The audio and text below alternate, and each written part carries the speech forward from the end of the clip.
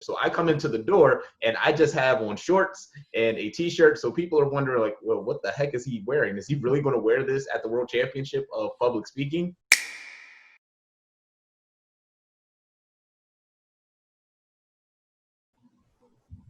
Welcome to Mentor Chat.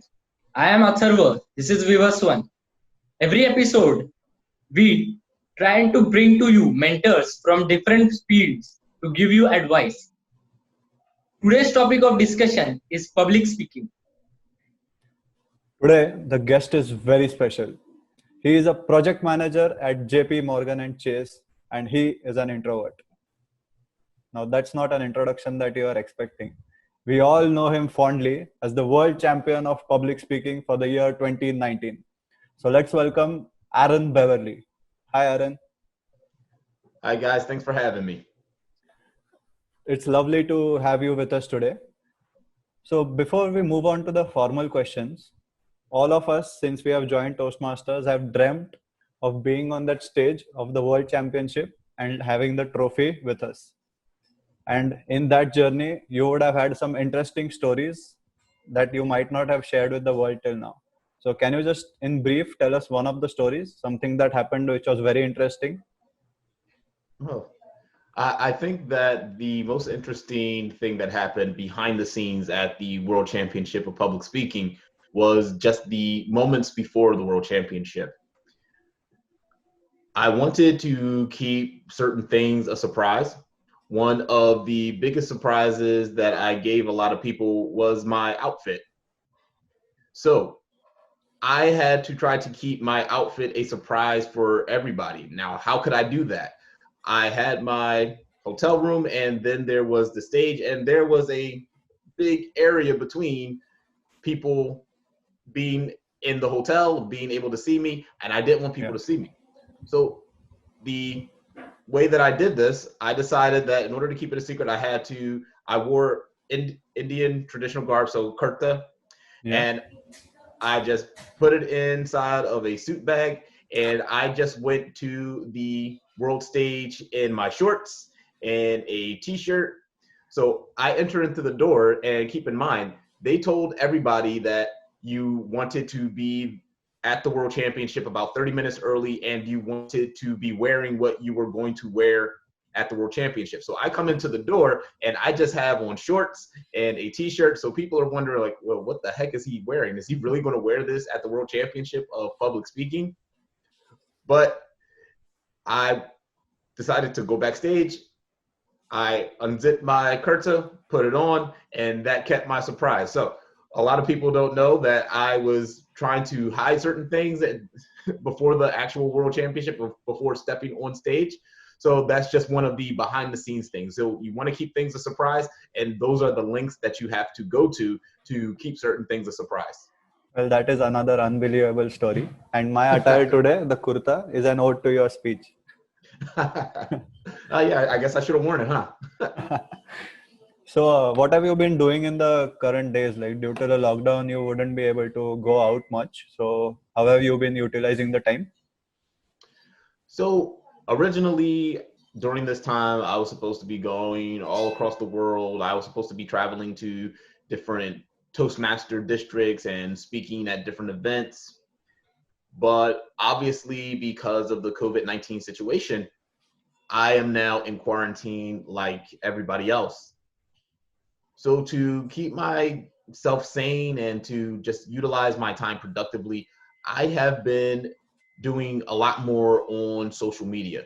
So I have my Instagram account, I have my YouTube account, which are the main platforms that I've been trying to really push as of late. Yeah. And if you're interested, it's Aaron W. Beverly for both platforms. But I've been increasing my content output on both of those platforms. So I've been putting out more educational content on public speaking on YouTube. Right now, I have a video series that I've been working on about my journey from the World Championship of Public Speaking, starting in my first year up until the year that I won. So that's 7 years of competing and trying to compete in the international speech contest. Something that I'm finding entertaining. I'm learning a lot. about video and how to create a video and how to make sure that people can see your videos on YouTube. Right. It's an interesting learning experience. So that's been the main focus of my time, and it's just been enjoyable for me. That's lovely to hear. So to start with the formal questions, why do you think, Aaron, that public you have been advocating public speaking for introverts as well? So can you elaborate on that? Yeah. Well, I can share more about what public speaking means to me. And public speaking gave me a opportunity to express myself in a way that I never thought that I could. So you mentioned that I'm an introvert. So I am very much an introvert, and I've always been to myself. I've always been a soft-spoken person. I never wanted to be the person in the spotlight. So what I had to start doing as I got better at speaking, I had to start being a little bit more personal and personable on Yeah. stage. So that meant that I had to start expressing myself better. And I've been able to express myself on stage more than I've been able to express myself to certain members of my own family. So Yeah. it's given me a opportunity to do that. And in addition to that, I'm providing value to people. But in addition to that, it's allowed me so many opportunities outside of an actual speaking arena. I have my job as a project manager because of public speaking, because people saw my ability to speak, they saw my ability to facilitate a meeting. And even though I didn't have project management experience at that time, they offered me the opportunity to become a project manager. Just by being able to put public speaking and Toastmasters International on my resume was the reason why I was able to get into the door at JP Morgan in the first place. It's also how I stood out from other people when I was writing out my resume and sending it to different jobs. I graduated during the Great Recession. So right now the world is in a economic recession, and I graduated during a similar time. Yeah. There were no job prospects, so I needed a way to stand out. Public speaking was that way for me. So a lot of people like you initially were afraid of are afraid of public speaking. So can you recommend some baby steps that they could take to start this journey of public speaking? Yeah, absolutely. So baby step number one, and this number one tip is actually the biggest step that you can possibly take because it will help you focus on what is actually the problem. Don't generalize and say that you fear public speaking or you fear talking in front of people. What is it specifically that you fear? Do you fear the fact that you're up there alone? Do you fear forgetting what you're going to say? Do you fear being judged by people because of the way you look, the way you dress, etc.? Figure out specifically what it is that you are fearing. When you say, I fear public speaking, you make this a huge mountain that you can't possibly overcome. But Yeah. by specifying the fear, you turn that mountain into a small hurdle. You can jump over that hurdle, you can walk around that hurdle, but you can get over it. You can't get over a huge mountain, at least not very easily. So it's much easier to specify the fear, figure out what it is that is causing the limitation, and then address that limitation specifically. So it also gives you an opportunity to focus on different aspects of public speaking instead of just focusing on public speaking as a whole, because public speaking is a very big, broad, general Yeah. topic. So step number one, and it's huge, is to specify the fear. If you don't specify your fear, you're going to intensify your fear. Right. So, Aaron, you recently shared on Instagram a few small sketches that you made regarding public speaking and making a script. So, if it's okay, I'll screen share the photo. And can you Yeah, just take us through that in brief? sure, sure.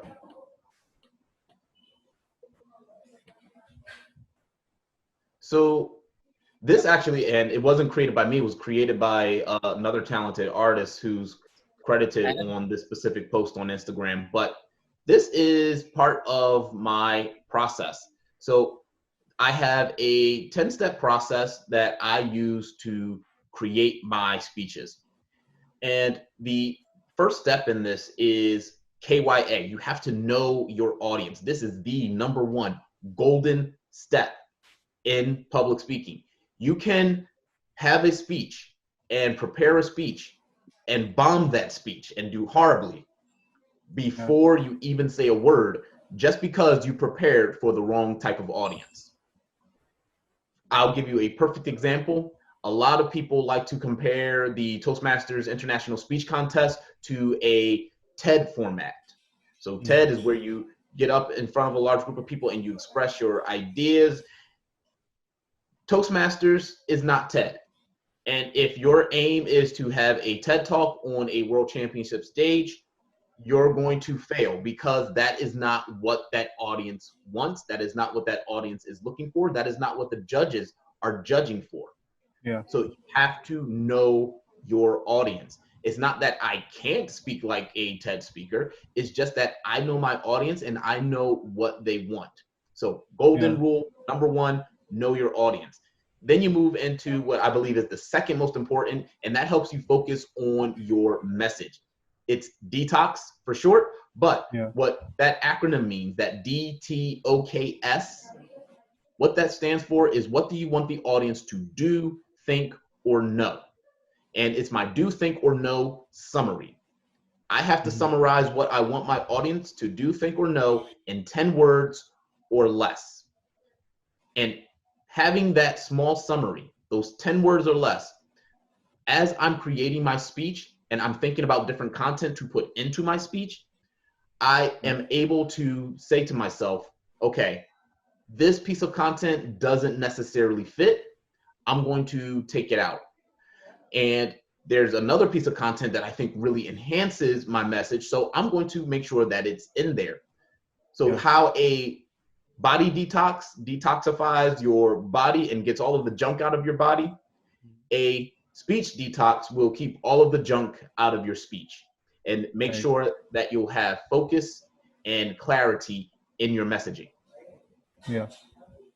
So do you want me to go fully into it, or explain the other steps, or just a brief summary? You can cover it in brief if you want. Okay, so just really quickly going through the other steps. So I will write out my topic verbatim. And this is just my process. A lot of people don't like to do this. So you can write an outline. You can do whatever you want. As I said before, this is something that I do. It's not something that I'm saying that everybody needs to do. It's just something that I have found useful for myself. So I will write out my entire speech verbatim. And then I will audio record myself reading that script. And as I'm recording myself reading that script, I'm including all of the potential vocal variety that I would want to include in my final presentation. I'm including all of my pacing, all of my my emphatic languages. I'm including all of that in my audio recording, and then I'm going to listen to it, which is a hard step that a lot of people do not like to do because they don't like the sound of your voice. But if you can get over the sound of your voice, you will find that listening to yourself give your speech or give your presentation, you can find your own grammatical mistakes. You can be your own evaluator, and that allows you to edit your own speech and make it better before you even practice it in front of an audience. Only once I have a draft that I am comfortable with after doing those 3 steps over and over and over again. So I'll write the speech, audio record myself, and then listen to it, and then repeat that process based on how I want to edit it. I will then go into a place with a live audience and give my presentation. When I give my presentation, I'm going to try to video record myself. And after that, of course, you want to watch that video recording. But then when you give speeches in front of a live audience, you'll likely get feedback. And that audience feedback is something that you have to take with caution. A lot of people can tell you how your speech made you feel. They can tell you the opinions that they had about your topic, but not everybody in the world can tell you how to make that presentation better. Yeah. You want to be sure that you have the right mindset as you accept that feedback.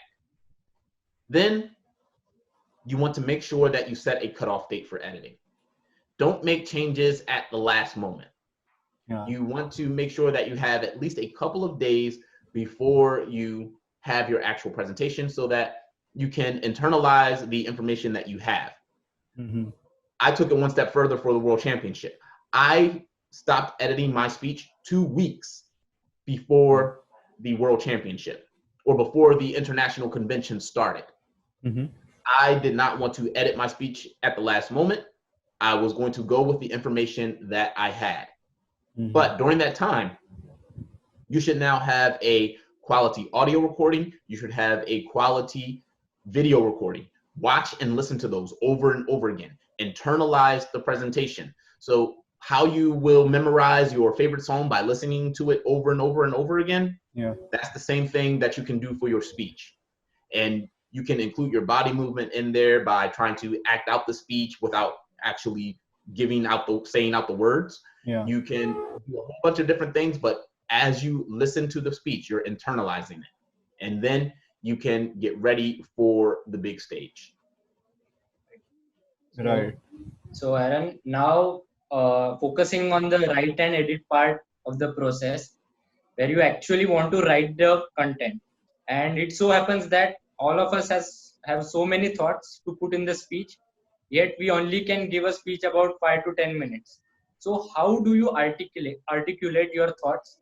So can you give us some practical tips to articulate and condense your material?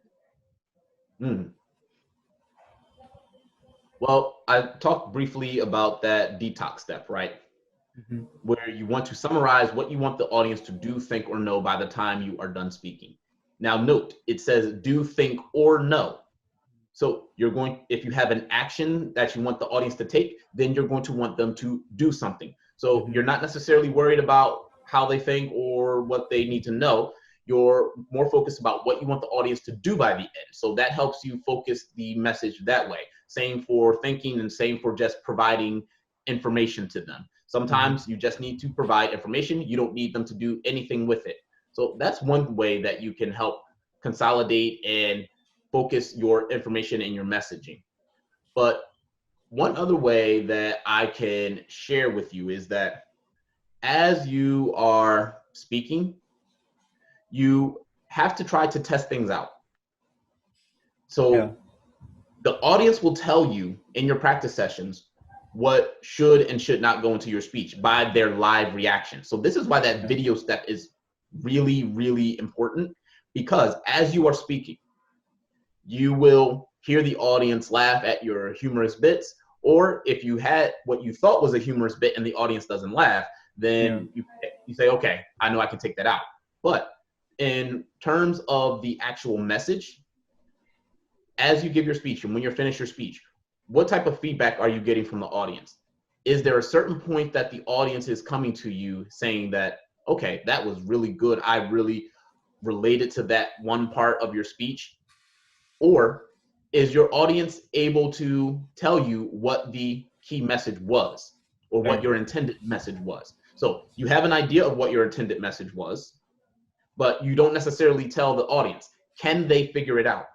Perfect example about this, when I was writing my World Championship speech, I had a different ending in mind. And once I gave that ending, finished my speech, the audience was asked the question, what was the point of Aaron's speech?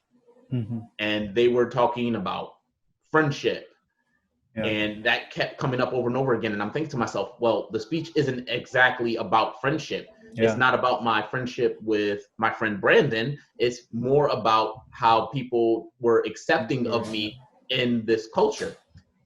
And nobody seemed to understand that. So that made me know that I had to explicitly state that in my speech. And that's when I came up with the phrase acceptance despite difference. So the audience will give you their feedback on what should and should not go into your speech. In this case, it's what they weren't telling me that made me know that, okay, I have to focus my message around this explicitly. Right. An amazing point by you, where you said that you should always take feedback. And one of the things that audience reacts to is the humor part. So, Yeah. how important do you think humor is in a speech? I think humor is sometimes overestimated and it's overdone. I think people have started to think that in order to give a speech, they have to be humorous. That's not true. Mhm. Humor is a great way to connect with people because it breaks down tension. Mhm. It's a very powerful tool, and a lot of experienced speakers do use it because it is a powerful tool. But that does not mean that it is the only tool that you have to use in order to connect with your audience. Mhm. There are many speeches that have been given over time that don't have a humorous tone to them, but they are historical speeches. Yeah. Just some of the speakers in mind that have given great, powerful historical speeches throughout time: Gandhi, Martin Yeah. Luther King. So they had specific messages that they wanted to get across. They were Yeah. dealing with trials that people could relate to, that people could understand. So when they articulated this on stage or on their platforms, people were able to connect with them. So there was no humor because they were very challenging situations. There really wasn't anything humorous about them, but it was still powerful and it was still historical because of what they meant. So if you're providing value to the audience, that is the number one. I keep saying something is golden and Yeah. number one, value is another one. Value is number one, it's golden. If you're providing a value to your audience, Yeah. that is your goal as a speaker. You have no other goal than to provide that value. That should be your mindset. Not, I need to be funny in order to connect with them. Instead, Yeah. think of, I need to provide value to my audience. So when you spoke about providing value, the audience really won't really believe you unless you are fully confident in what you are speaking. So whenever you are going up on a big stage like a world championship, or say in your professional life as well, how is your mental state and how do you prepare for the, like, just moments before going up on stage? Like, everybody is nervous irrespective of, like, you are a beginner or a world champion. So how do you deal with the initial nervousness that is there? Well, there are a few things I did. So I'll just give you another behind the scenes from the World Championship. Yeah. Right before the World Championship, I was nervous because of the situation. I was about to speak in front of 2,000 people. It was going to be for the World Championship of Public Speaking. So one thing that I will say very quickly about fear, I said before about specifying your fear and your anxiety. I knew exactly where my anxiety was coming from. I was about Yeah. to speak in front of 2,000 people. I was about to speak for the World Championship of Public Speaking. Yeah. And honestly, there was nothing that I could do to calm that nervousness. There was nothing that I could do to eliminate that nervousness, I should say. So Yeah. what I had to do, I had to manage it so Yeah. I could keep my mind focused and remain confident about what I was about to do. To do Yeah. that, I first had to take my mind off of the contest. I had to take my mind off Mhm. of the fact that I was about to speak in front of 2,000 people. I had to take my mind off of the fact that I was about to speak in the World Championship of Public Speaking. The best way that I did that was through music. So just listening to music. And I also noticed that my heart was racing, my body was moving uncontrollably. So I had a lot of Yeah. excess energy that I just needed to expel. Yeah. So in order to expel that energy, I just started dancing in my seat. I started directing invisible choirs, and I found some way to move so that Yeah. I could get rid of that extra energy. Right. Because if you're just sitting there and you're worried about the task at hand, about what you're about to do, you're just going to Mhm. sit there nervous and you're just going to be concentrating purely on your nervousness. And that can destroy your confidence, especially Yeah. as you're about to go on stage in a very highly impactful situation for you. Right. So for me, I just had to get my mind in the right place. I listened to music. I expelled the excess energy, but something else that I did, I just made sure that I knew my opening down pat. Yeah. So at least know the first minute of your presentation by heart. Yeah. And that way you can open strong. And when you open your speech, that is when the audience is asking the most questions about you. They're asking, Right. who is this person? What are they about to talk about? Why is this topic going to be important for me? Is it going to be entertaining? They're asking all of these questions in their mind in that first minute. Right. So if you stand confident and deliver your first minute and you do it flawlessly, seamlessly, then you're going to appear more confident. And sometimes you're not going to feel confident. You're still going to feel your heart racing. Yeah. You're still going to feel your body moving uncontrollably, but the audience won't really notice it unless you bring it to their attention. Yeah. So as long as you just keep pressing forward, going forward with your presentation, you'll be fine. Right. So you spoke about having a strong start, which gives you confidence, of course. And we know about your starts. So in 2016, you had this really short title of 57 words. And in 2019, you were the completely differently dressed person at the contest. So was it a very active effort to stand out from others to be recognized, or was that just how it happened naturally? No, that actually very much was deliberate. So in 2016, I wanted to be different and I wanted to make an impact before I stepped out on stage. So I went with the very long speech title, where most people would give a speech title that was 1 word, 2 words, 3 words, maybe 5 words at most. I decided I was going to use 57 words, but the key was making it a part of my speech. Now, I could have just given Right. a long speech title, which is something that I actually did in the past, and people didn't like it. My audience didn't like it. So I knew it was something that needed to be addressed in my speech. Again, I said the audience will let you know what should go in and what should not go into your presentation, just through their live feedback. Now, when I was trying to think about how to incorporate it, I had to think about what I was really doing. I was saying a lot of words, but actually saying nothing. I wasn't giving anything that was valuable. So I had to make that into a part of the speech, which ended up being the line, just because you say more doesn't mean people will remember what you say. Yeah.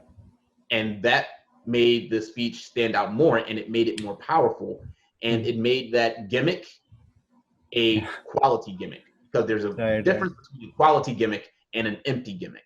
Yeah, true. Now, in 2016, I took a little bit of a different route. Instead of my speech opening being the difference, my attire was the difference. Yeah. Usually people come in to the World Championship and men will wear their suits. Women will wear a pantsuit or a dress, and it will be more formal. But I wanted to show my appreciation for the culture that I was speaking about. And I thought one of the best ways to do that was to actually wear the formal Indian attire. Yeah. So I came out in my kurta, and it was actually very well received when I gave it when I traveled to India. I gave a keynote speech in India, and people really liked it. In fact, I think they cared more about the kurta than me. So it actually became a big deal that I was dressed in the kurta. Yeah. So I did that, and it stood out. But I also took a stance with my title. So just because I had done it before, people were, well, is Aaron going to do another long speech title? No, it was only 3 words. And I addressed that in my speech. It was the first line that I had in my speech. So I technically opened with a joke, which is something people say not to do. But just because somebody says that it's not what's normally done doesn't mean that you cannot do it. You just have to figure out a way to do it and do it differently. Great. So I just told them, like, hey, the contest chair was relieved that my speech title was only 3 words long, and it got the laugh. To give you some more context, it actually didn't get the laugh that I was expecting, but it still got the laugh, and it served a lot of other purposes. There's one criticism of my speech that I've heard over time is that one line was probably the weakest part of my speech, because somebody who's looking at that today on YouTube They won't know what Yeah. I did necessarily in 2016. But while that is true, my goal as a speaker for that time was to speak to that Toastmasters audience. So again, we go back to that step, know your audience. Yeah. I'm thinking about my Toastmaster audience at the time. I'm not thinking about the fame of YouTube or what's going to happen on YouTube later. I'm thinking about my audience, and my audience, the majority of them, I was guessing would know what I did in 2016. Right. In addition to that, the last way that I was different was that there was one phrase that you did not hear me say. Contest chair, fellow Toastmasters, and welcome guest. No, I think that is totally cliche. I absolutely do not like doing it. I think it's an unnecessary evil or a necessary evil, depending on your view. But when I did that, when I gave my line, I said the contest chair was relieved. And that was me addressing the contest chair. And then I opened my speech. But friends, what makes this speech unbelievable?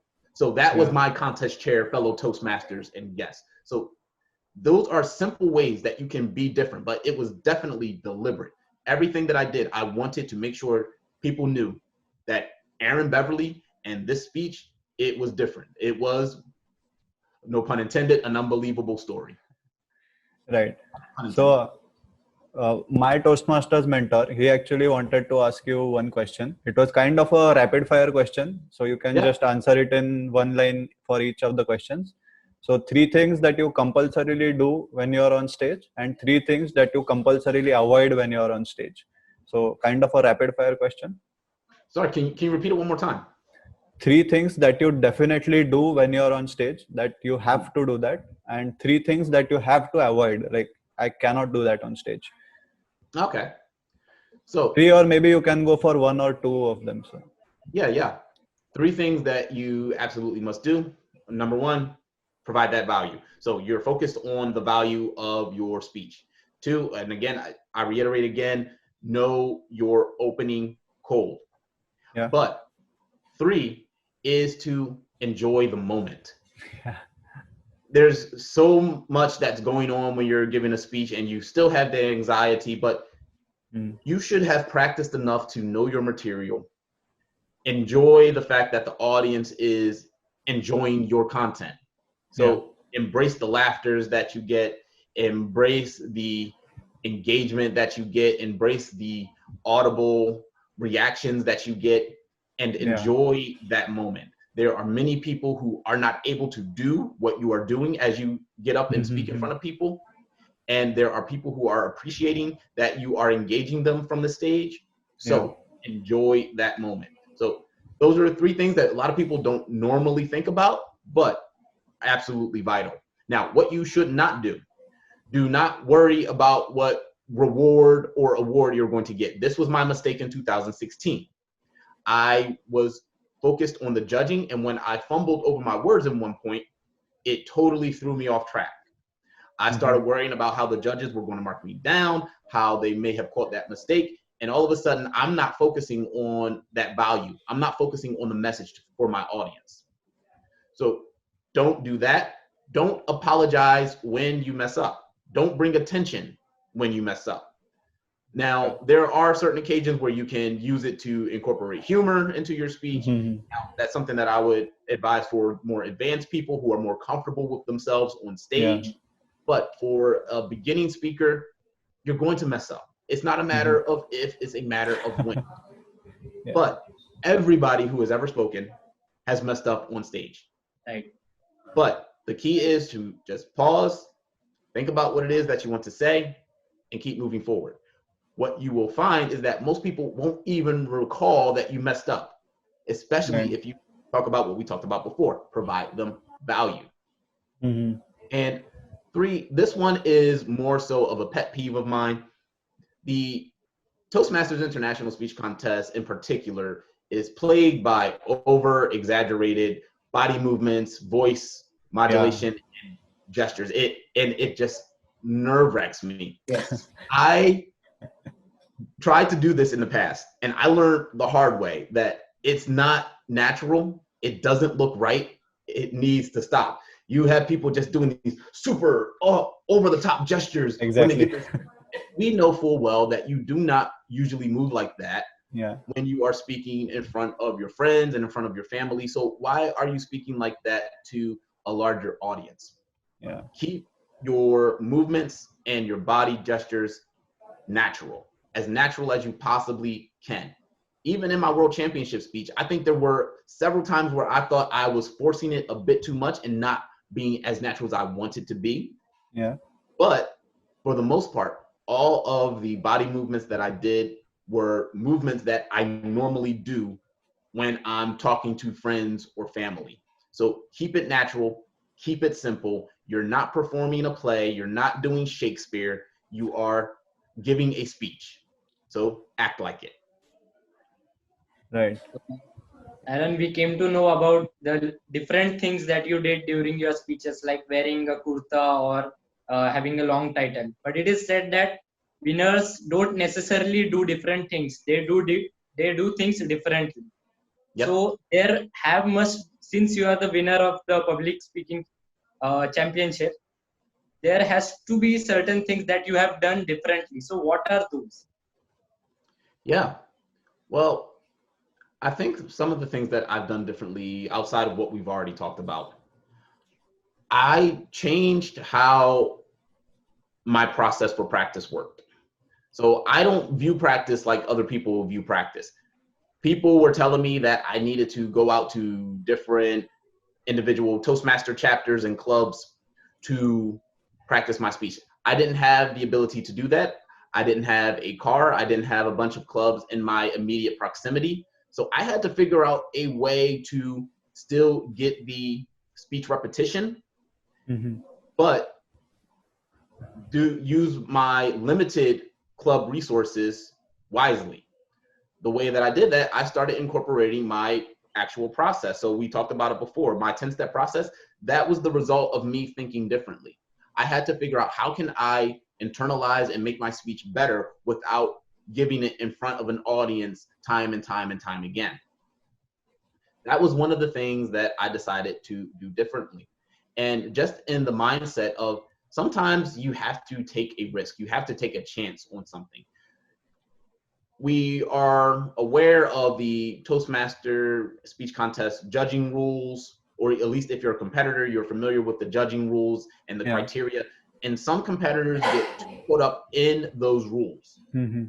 that they don't think about how can I use those rules to my advantage. Yeah. So for instance, there was no rule saying that you could not have a very long speech title. So I used that gray area, thought differently, and used it. And Mm-hmm. there was really no way that they could tell me no because it wasn't in the rules. Now, I'm very glad that they still didn't say no because honestly, they still could have said no, that I'm not reading this, especially the contest chair for that day. I've apologized to him several times for making him read that title. But again, you just have to think differently. You have to be creative. You can't always do something that's the status quo. If you do the status quo, if you do everything that a world champion told you to do, Right. you are likely not going to succeed. You have to do things differently. You have to do things with your own style. Right. So since we are running a bit short of time, let's move to a couple of questions that are outside of Toastmasters. Atharva, if you want to take that forward. Yeah. So the first question is, how do you leverage your public speaking capabilities in your corporate life? And the second is, how different is speaking in corporate settings different from speaking in normal public speaking? For Yeah, example, if you get paid to speak somewhere, there has to be some factor that is different when you actually get paid to speak, whereas in some cases you don't. yeah, absolutely. So I'll talk about the corporate aspect first. So the way that I use my job, or I use my public speaking in my job, I use it in very simple ways. We have to rethink about what public speaking is. To me, public speaking isn't just standing on a stage in front of a large audience giving them a motivational or inspirational speech. Yeah. Public speaking is what we're doing right now. Yeah. Public speaking is a telephone conversation. Public speaking is conversing with a friend or a colleague at work. Public speaking is anything, anywhere where you have an audience and you are giving them a message. That is public speaking. Mm-hmm. So with that in mind, I use my public speaking in my everyday meetings. So I will facilitate a meeting. I will organize that meeting. I will make sure that it moves along. Mm-hmm. I will still recite a presentation when need be, Yeah. but I'm also relaying information to people. So I'm holding calls. I'm building I'm building networks. So I'm trying to communicate with people properly and get the right people together. So that is how I use communication and public speaking in my corporate career. It's really simple, and it just takes a shifting of your mindset of what you think public speaking is. Now, the biggest difference that I have seen in a corporate setting to a, let's say, a speech contest or just a formal motivational speech setting, Yeah. the difference is how you tell your stories. So as we are on stage, we can get really motivational and inspirational, and we can go into more depth about different characters that are in our speeches and how they made us feel. But in a corporate setting, they're not necessarily caring a lot about how you feel. Yeah. Now, it's different when you have a senior leader who's giving an actual speech and trying to motivate their employees. That's different. That's more of the traditional way that we think of a speech. Yeah. But when you're in a meeting, let's say, you can't go into the office telling everybody, by a show of hands, how many of you have ever had fear? They're going to laugh you out of the boardroom. Yeah. So you have to get to the point quickly. You have to tell them what's wrong. So I talk about characters and building characters in your stories. So the characters in your story, you can really set up the characters at first and set up the scene. But if you're in a corporate setting, the character in the scene is already implied. The character is going to be the organization or the team that you're a part of, and the situation is the current problem. So what is the problem? That is what you usually start with. You don't start with what is the character and what is the setting. You start with, in your company stories, you start with what is the problem?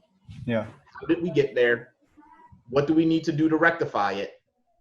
And this will be the result if we do it, or this will be the result if we don't do it. So they more care about the story as in terms of the problem at hand and how to address the problem. Where in a traditional motivational speech, you care more about the person who's actually speaking. You care more about their feelings. You care more about their struggles.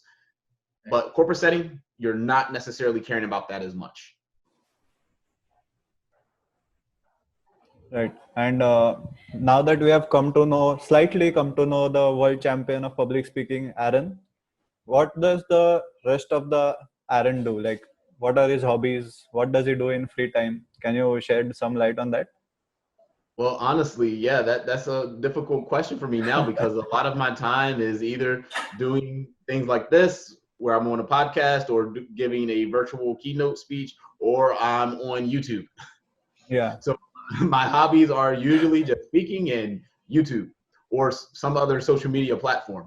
But right now I have just been trying to learn a lot more about social media and learn more about YouTube. And I've taken the same approach that I took to public speaking. I wasn't good at it.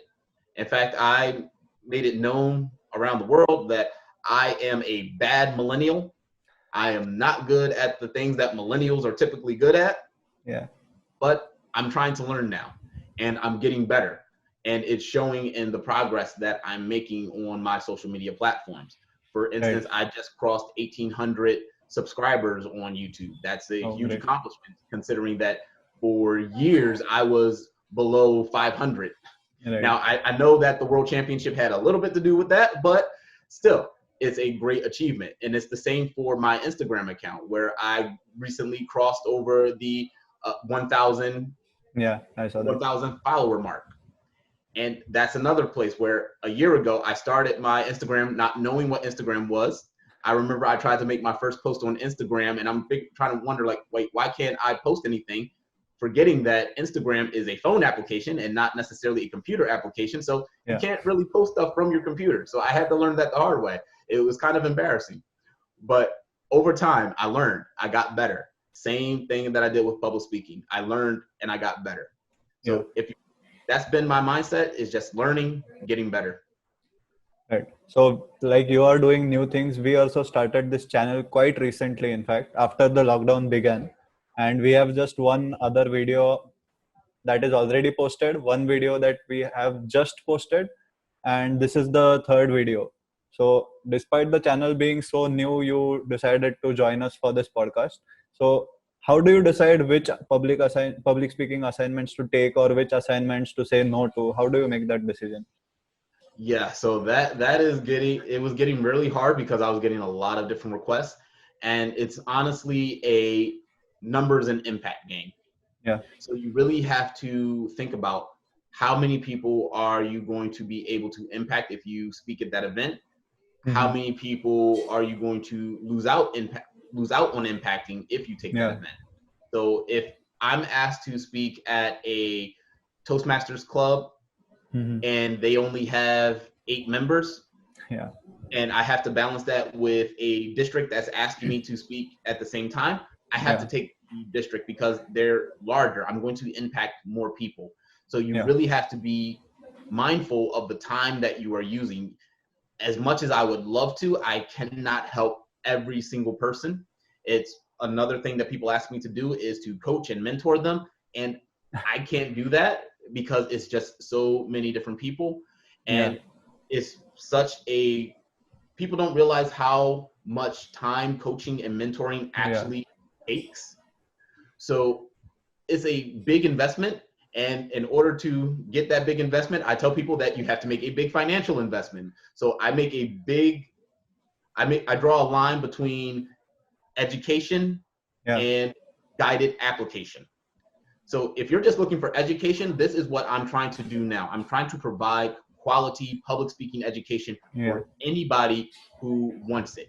However, if you're asking me for my time and you're asking me to devote that time specifically to you and your specific content, so now you're asking for my time and I'm going to be taken away from the majority of the people. So that is when you have to pay for it. Like, it's just the decision that you have to make. Is it going to be something that people will like? Probably understand it, but that's the reality. You have to make sure that you are balancing your time. And if you have to protect time by putting a paywall behind it, do that. But for me, I believe that the paywall should be behind time, but not education, which is again why I'm doing the projects that I'm working on right now on YouTube and social media. Right. So now that we are coming to the end of today's podcast, like we have 2 questions after this, which are the standard mentor chat questions that we say. But what were your how was your experience today, and going forward, if you have to give us one recommendation for specific to the channel, how would you suggest, or what would you suggest for us? So I enjoyed my time. I think it was well structured. I like the fact that you did your research about what was already out there available online. So I didn't have to go over my story of who I am, because you told people that they could find that if they wanted to look for it. So you went for something different. So I like that. We talked about a great deal about being different, right? And honestly, I think the biggest tip to just keep on doing. So you're going to find the mistakes that you're making as you review your own presentations. I do it all the time. Every time I create a video, every time I create a post, I find some little small error that I made that just irks my soul, and I want to correct it, but obviously it's posted already. I can't do it unless I delete the entire post, which I don't want to do. So you just have to say, okay, I messed up. I'm going to correct it the next time, and I'm going to make sure that I implement a process to avoid it. So, I mean, honestly, that's the biggest thing that I can give you right now, especially for a very young channel. This is, like I said, your third video. So yeah, just keep going on, and then once you reach video number 10, then you can look back and say, okay, let's see what we've done in the past. Is there anything that's really stands out that we need to improve on? But normally you'll probably see the errors beforehand before you even get to number 10. You'll probably see the errors that you made in this video that I didn't notice, but they're probably just glaring for you. So just keep on keeping on. Right. So before asking the two final questions, I would just like to state that there is a lot of amazing content on Aaron's channel.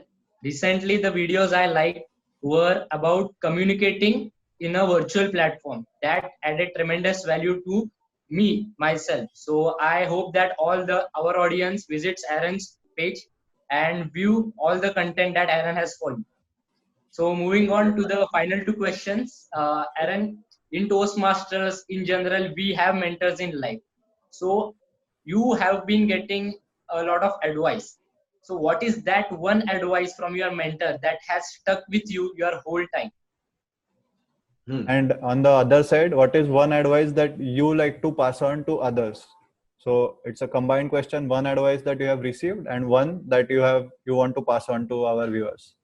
Yeah. One piece of advice from my mentor that has stuck with me throughout all of this time, and even to this day after I have won the world championship, he told me very early on when he started coaching me, never take winning for granted. Right. Never take winning for granted. And that stayed with me throughout all of these years. So even though I would win certain levels of the contest, I would know that, hey, that's not the end. There's more to it. Even winning the world championship, I know that that's not the end. It may be the end of my competing for the international speech contest, because as a champion, you can never compete in the international speech contest again. But that doesn't mean that my journey in public speaking has stopped. So I still don't take this win for granted. I am very appreciative of everything that happened. I know for a fact that if it wasn't for a little bit of luck, I probably would not be the world champion of public speaking. So I never, ever take it for granted. I appreciate it every day. Now, when it comes to advice that I like to give people, the advice that I like to give people is just try to be your natural self on stage. Just be yourself. I learned over the years that being yourself will go a very, very long way. I told you before how I learned the hard way that being over dramatic and just being big and grand isn't the best way to do it, even though you see a lot of people do it and you think that they have success because they win certain rounds. You have to ask yourself, 10 years from now, people see your speech. Would you be proud of that performance? Right. I know for a fact that there are several world champions who regret their previous performances because they don't feel that it is a reflection of the speakers that they truly are. Right. So don't regret what you give. Be natural, be yourself. I think I can look on that speech in 20, 30, 40 years and be proud of what I did because it was just a simple story that I told about a true event. You would actually be surprised by how much of that event is not exaggerated in that speech. Right. But I can never not be proud of that because it was me. Yeah. So be yourself. That is my number one advice that I would give people. Yep. With that, we come to this end of the podcast. So thank you so much, Aaron. You have been really amazing throughout the last 1 hour that we have spoken. And we both love you. India loves you. And we hope to see you again on this channel where we can discuss more unbelievable stories from your life and more experiences. Yes, for the absolutely. viewers. Let's collaborate in the future. Right. So for the viewers, Aaron's social media handles will be linked down in the description. Our social media handles will be linked down in the description. And there's a subscribe button over there or over there. So please press that and stay tuned for the next episode from Mentor Chat. Thank you and see you in the next video. Bye, everyone.